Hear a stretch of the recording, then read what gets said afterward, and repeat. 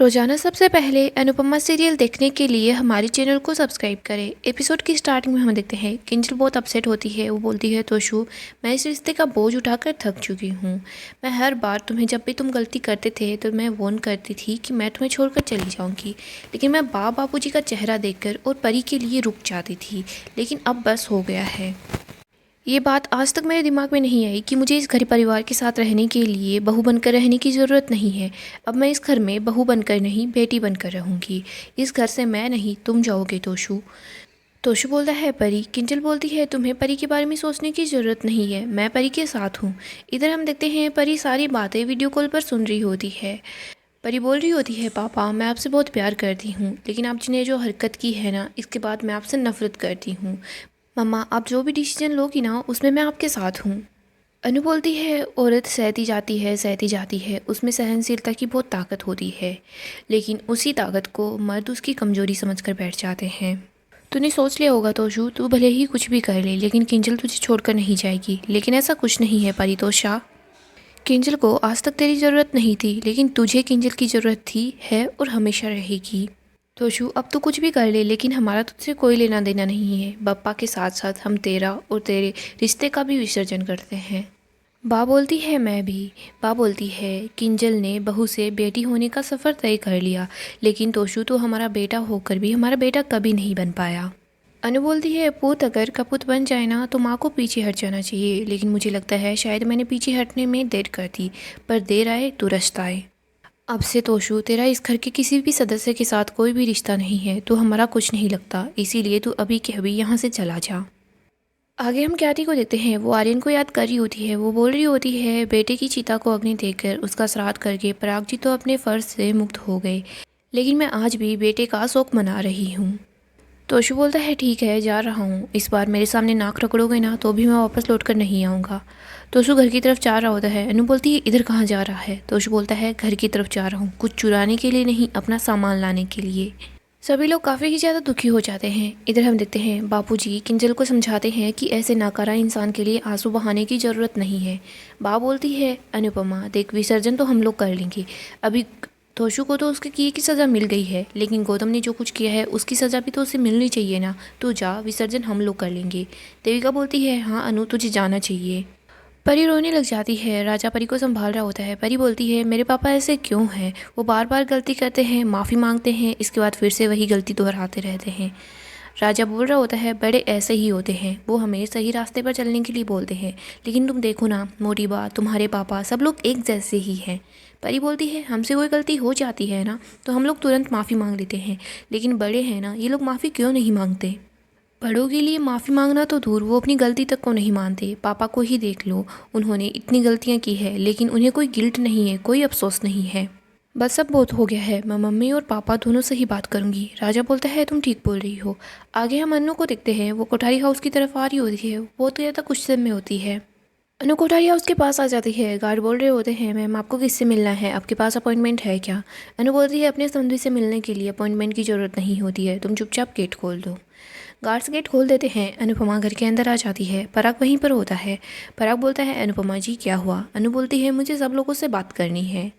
घर के सभी लोग हॉल में इकट्ठा हो जाते हैं। ख्याति सोच रही होती है ये अनुपमा मेरे बारे में सबको बताने के लिए आई है क्या? मोटिवा बोलती है अब यहाँ पर आप कौन सा तमाशा करने के लिए आई हो? अनु बोलती है मैं तमाशा करने नहीं, तमाशे से पर्दा उठाने आई हूँ। अनु टीवी में वो वीडियो चला देती है जिसमें साफ साफ दिख रहा होता है कि गौतम ने एक आदमी को पैसे दिए थे अनुपमा को रूम में बंद कराने के लिए। वीडियो देखने के बाद सब लोग काफ़ी ज़्यादा हैरान हो जाते हैं। अनु बोलती है ये मत बोलना कि ये वीडियो झूठा है, मैंने बनाया है। ये वीडियो मैंने नहीं, मेरे बेटे परितोष मेरे एक्स बेटे परितोष शाह ने बनाया है। ये बात सुनकर भी सभी लोग काफ़ी ज़्यादा हैरान हो जाते हैं। अनु बोलती है इस इंसान ने बहुत सारी घटिया हरकतें की है, मैंने आपको हर बार बताने की कोशिश की, लेकिन आपने किसी भी बार मेरी बात नहीं मानी। आप लोगों ने तो अपनी बेटी तक की बात नहीं सुनी, तो फिर मेरी की बात क्या ही सुनेंगे? इसीलिए इस बार मैं सबूत के साथ आई हूँ। इस नीच इंसान ने मुझे कमरे में बंद करवा दिया ताकि मैं कंपटीशन हार जाऊं। पराग जी अगर आप मुझे कमरे से नहीं निकालते तो मेरा जो होता सो होता, लेकिन मेरी टीम की उम्मीद टूट जाती, मेरी टीम हार जाती, वो भी सिर्फ इस नीच आदमी की वजह से।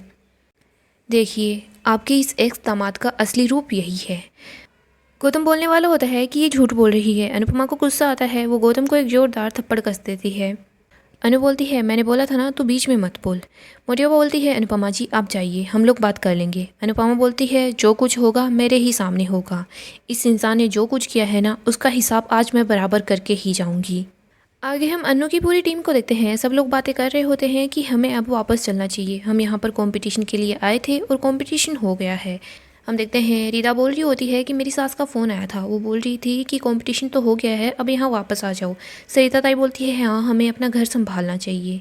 सभी लोग यही बात कर रहे होते हैं कि बस अनु को आ जाने दो, इसके बाद हम लोग चलने की बात करेंगे। इधर जस्सी को तो गौतम पर बहुत गुस्सा आता है। वो बोलती है ये गौतम गांधी कैसा इंसान है, मुझे तो उस पर बहुत गुस्सा आ रहा है। मेरा दिल कर रहा है कि उसे जूतियों का हार पहनाकर उसे जूतों से ही पिटाई करूँ। सरिता ताई बोलती है हम लोग चलते हैं ना, अनु का साथ देंगे। जैसी बोलती है नहीं अनु को अच्छा नहीं लगेगा। इधर भारती बोलती है अनु ताई हमारे साथ चलेगी ना। तभी वो लोग देखते हैं कि किंजल बहुत अपसेट है। सब लोग किंजल को अपने पास बैठाते हैं, उसे समझाते हैं। किंजल बोलती है तोसू के साथ जो कुछ भी हुआ ना वो उसके कर्मों का फल था, प्लीज़ आप लोग गिल्टी फील मत कीजिए। मैंने और मम्मी ने जो कुछ किया ना वो गलत नहीं था, जबकि गलत वही था कि हम सालों से तोश को इतने सारे मौके देते आ रहे थे, हर बार उसे माफ़ कर दिया। दीपा बोलती है तुम बहुत स्ट्रॉन्ग हो, आज तुमने बहुत अच्छा फैसला किया और सही फैसला किया। रीता बोल रही होती है तुम्हारे ससुराल वाले ने अपने बेटे को घर से निकाल दिया लेकिन बहू को बेटी बना लिया, इससे अच्छे से पता चलता है कि आप कितनी अच्छी बहू हो। जैसी बोलती है सही बात है, अपनी ऐश और आराम की ज़िंदगी को छोड़कर ऐसे पति के साथ रहना, ये तो अगर मैं होती ना तो मुझसे तो ये सहन नहीं होता। किंजल बोलती है मैं जैसी भी हूँ ना मम्मी की वजह से हूँ, मैंने उन्हीं से सीखा है अच्छी बेटी बनना, अच्छी बहू बनना, अच्छी पत्नी बनना, अच्छी माँ बनना। सरिता बोलती है हमने भी अनु से बहुत कुछ सीखा है। भारती बोलती है हमें अनु ताई की इतनी आदत हो गई है ना कि उनके बिना रहने का हमारा दिल नहीं करता। किंजल बोलती है हमें भी उनके बिना रहने का मन नहीं करता। इधर हम अनु को देखते हैं, ये गौतम गांधी है ना ये मेरा गुनहगार है, इसलिए इसे जो भी सज़ा मिलेगी जो भी बात होगी सब मेरे सामने ही होगी। चलो गौतम गांधी शुरू हो जाओ, तुम्हें मुझ पर इल्ज़ाम लगाने हैं लगा दो, लेकिन तुम अपना मुंह तो खोलो। गौतम बोलता है हाँ ये सब कुछ मैंने ही किया। अनु बोलती है वाह गौतम जी पहली बार इतना सच बोला है, दिल बहुत खुश हो गया। मन कर रहा है कि आपके इस सच के लिए ज़ोर ज़ोर से तालियां बजाऊं और मेरे दोनों हाथों के बीच आपका ये घटिया चेहरा हो।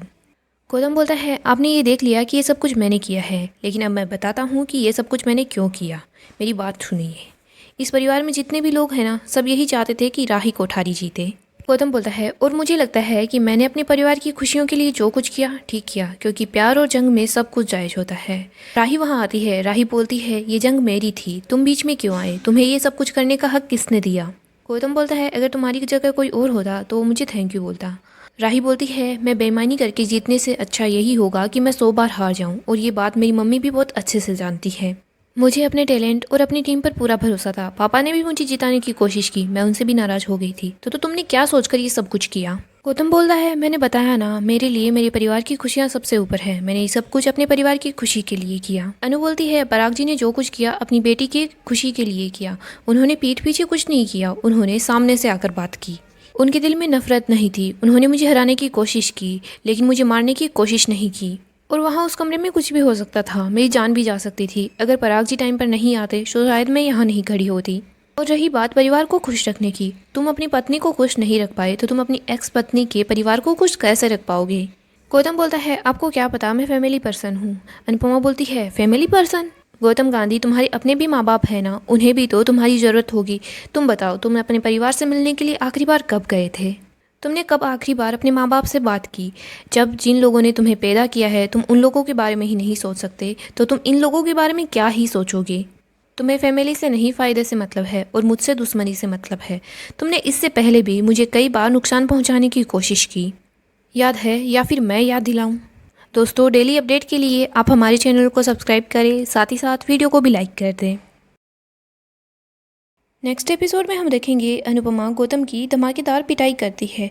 पराग अनुपमा को लाठी लाकर दे देता है। इसके बाद अनुपमा बोलती है गौतम गांधी तुमसे तो मैं अपना हिसाब आज ही चुकता करूंगी। पराग को भी गौतम पर गुस्सा आता है, वो गौतम को